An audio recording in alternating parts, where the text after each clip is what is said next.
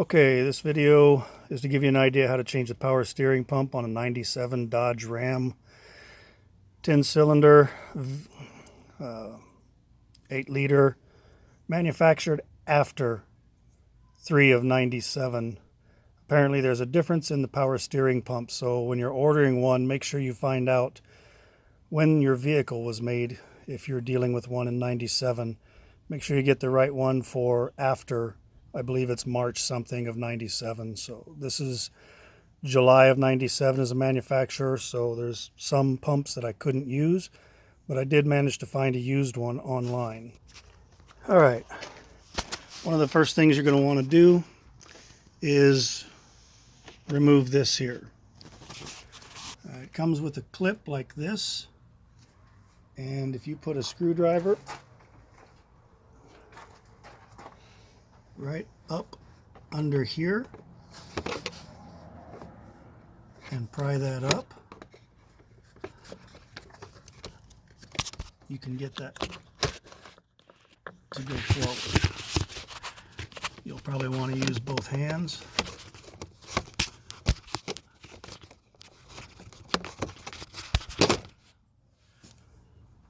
I've already loosened this one up down here.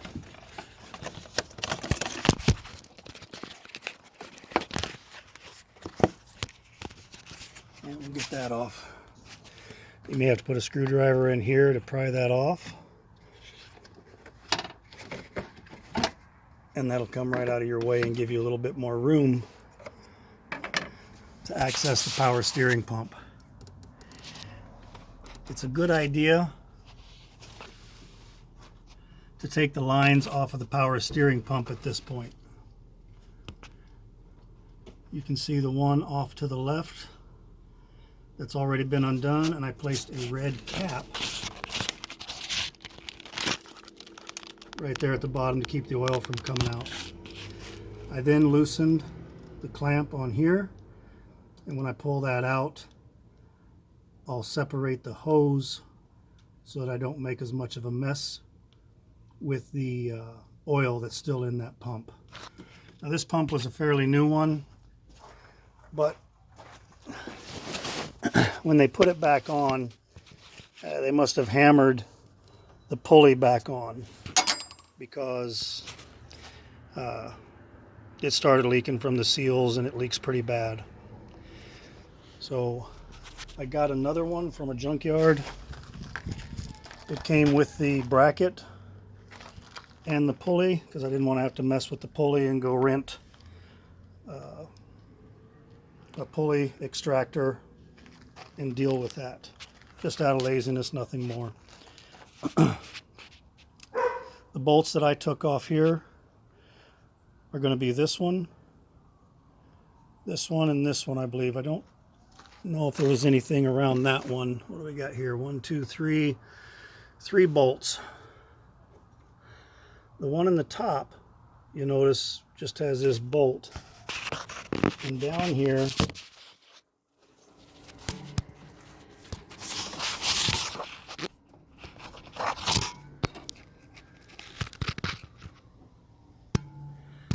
right here in that first, or that top hole, is where it goes.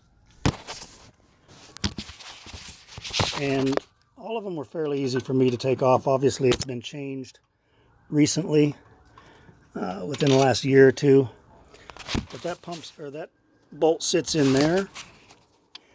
And then there is a ground cable, like such, that goes on here, and then that bolt holds it in, holds the ground cable in. So you're going to pull that first bolt out. That was good enough to do with the 14mm socket. But if you don't have a deep well 14mm socket, you're going to need a wrench to get that off. There's not a lot of play in there between here and here, so it could be a slow process depending on how hard it is to get that bolt out.